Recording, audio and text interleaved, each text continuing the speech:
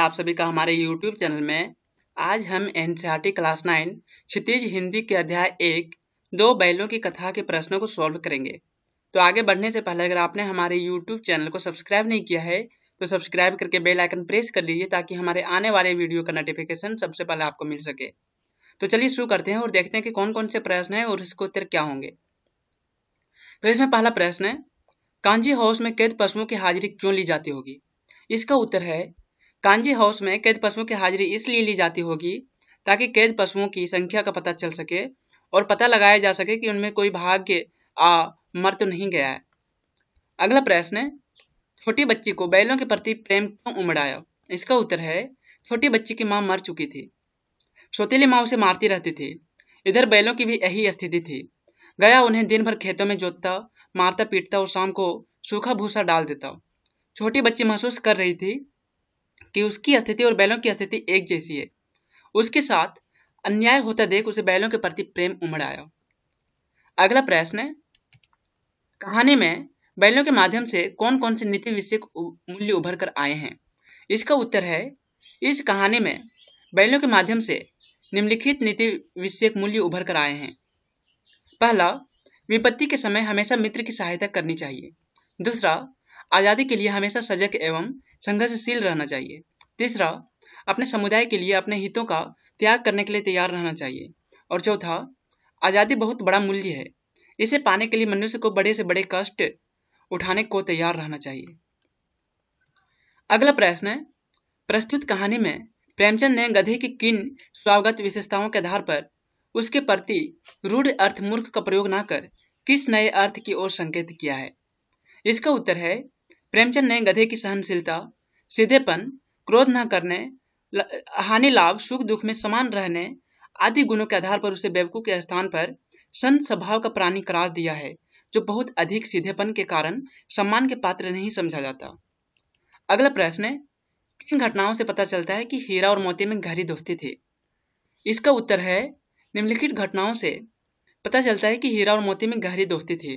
पहला, दोनों एक दूसरे को चाटकर और सूंघकर अपना प्रेम प्रकट करते थे। दूसरा, जब दोनों बैल हल या गाड़ी में जोते जाते तो दोनों ज्यादा से ज्यादा बोझ स्वयं झेलकर दूसरे को कम बोझ देने की चेष्टा करते। तीसरा, नांद में खली भूसा पड़ जाने के बाद दोनों साथ ही नांद में मुंह डालते और साथ ही बैठते थे। एक के मुंह हटा लेने पर दूसरा भी हटा लेता था। चौथा, जब कुछ लोगों ने खेत से पकड़कर ले जाने के लिए दोनों को घेर लिया तब हीरा निकल गया, परंतु मोती के पकड़े जाने पर वह भी बंधक बनने के लिए स्वयं ही लौट आया। और पांचवा, कांजी हाउस की दीवार के टूटने पर हीरा ने मोती को भागने के लिए कहा तो मोती ने भागने से इनकार कर दिया। अगला प्रश्न है, लेकिन औरत जात पर सिंह चलाना मना है, यह भूल जाते हो? हीरा के इस कथन के माध्यम से स्त्री के प्रति प्रेमचंद के दृष्टिकोण को स्पष्ट कीजिए। इसका उत्तर है, हीरा के इस कथन से ज्ञात होता है कि समाज में स्त्रियों के साथ दुर्व्यवहार किया जाता है, उन्हें शारीरिक यातनाएं दी जाती है, इसलिए समाज में ये नियम बनाए जाते थे कि उन्हें पुरुष शारीरिक दंड ना दे। हीरा और मोती भले इंसान के प्रतीक हैं, इसलिए उनके कथन सभी समाज पर लागू होते हैं। असभ्य समाज में स्त्रियों की प्रताड़ना होती रहती थी। अगला प्रश्न है, किसान जीवन वाले समाज में पशु और मनुष्य के आपसी संबंधों को कहानी में किस तरह व्यक्त किया गया है? इसका उत्तर है, प्रेमचंद ने किसान जीवन वाले समाज में पशु और मनुष्य के आपसी संबंधों को हीरा मोती दो बैलों के माध्यम से व्यक्त किया है। हीरा और मोती दोनों झूरी नाम के एक किसान के बैल हैं, जो अपने बैलों से अत्यंत प्रेम करता है और इसी प्रेम से वशीभूत होकर हीरा और मोती अपने मालिक झूरी को छोड़कर कहीं और नहीं रहना चाहता। इससे यह स्पष्ट होता है कि पशु भी स्नेह का भूखा होता है। प्रेम पाने से वे भी प्रेम करते हैं और क्रोध तथा अपमान पाकर वे भी असंतोष व्यक्त करते हैं। अगला प्रश्न है, इतना तो हो ही गया कि 9-10 प्राणियों की जान बच गई, वे सब तो आशीर्वाद देंगे। मोती के इस कथन के आलोक में उसकी विशेषताएं बताएं। इसका उत्तर है, मोती के इस कथन से उसकी निम्नलिखित विशेषताएं उभर कर सामने आती हैं। पहला, वह आशावादी है क्योंकि उसे अभी भी यह विश्वास है कि वह इस कैद से मुक्त हो सकता है। और दूसरा, वह स्वार्थी नहीं है, स्वयं भागने की बजाय उसने अन्य सभी जानवरों को सबसे पहले भागने का मौका दिया। अगला प्रश्न है, आशय स्पष्ट कीजिए। अवश्य उनमें ऐसी कोई गुप्त शक्ति थी जिससे जीवों में श्रेष्ठ का दावा करने वाला मनुष्य वंचित है? इसका उत्तर है हीरा और मोती बिना कोई वचन कहे एक दूसरे के मन की बात समझ जाते थे। प्राय वे एक दूसरे से स्नेह की बातें सोचते थे। यद्यपि मनुष्य स्वयं को सब प्राणियों से श्रेष्ठ मानता है, किंतु उसमें भी ये शक्ति नहीं होती। अगला प्रश्न है, उस एक रोटी से उसकी भूख तो क्या शांत होती, पर दोनों के हृदय को मानो भोजन मिल गया। तो इसका उत्तर है हीरा और मोती गया के घर बंधे हुए थे। गया ने उसके साथ अपमानपूर्ण व्यवहार किया था, इसलिए वे क्षुब्ध थे। परंतु तभी एक छोटी सी लड़की 2 रोटियां लिए निकली और दोनों के मुंह में देकर चली गई। उस रोटी से उनका पेट तो नहीं भर सकता था, परंतु उसे खाकर उनका हृदय तृप्त हो गया।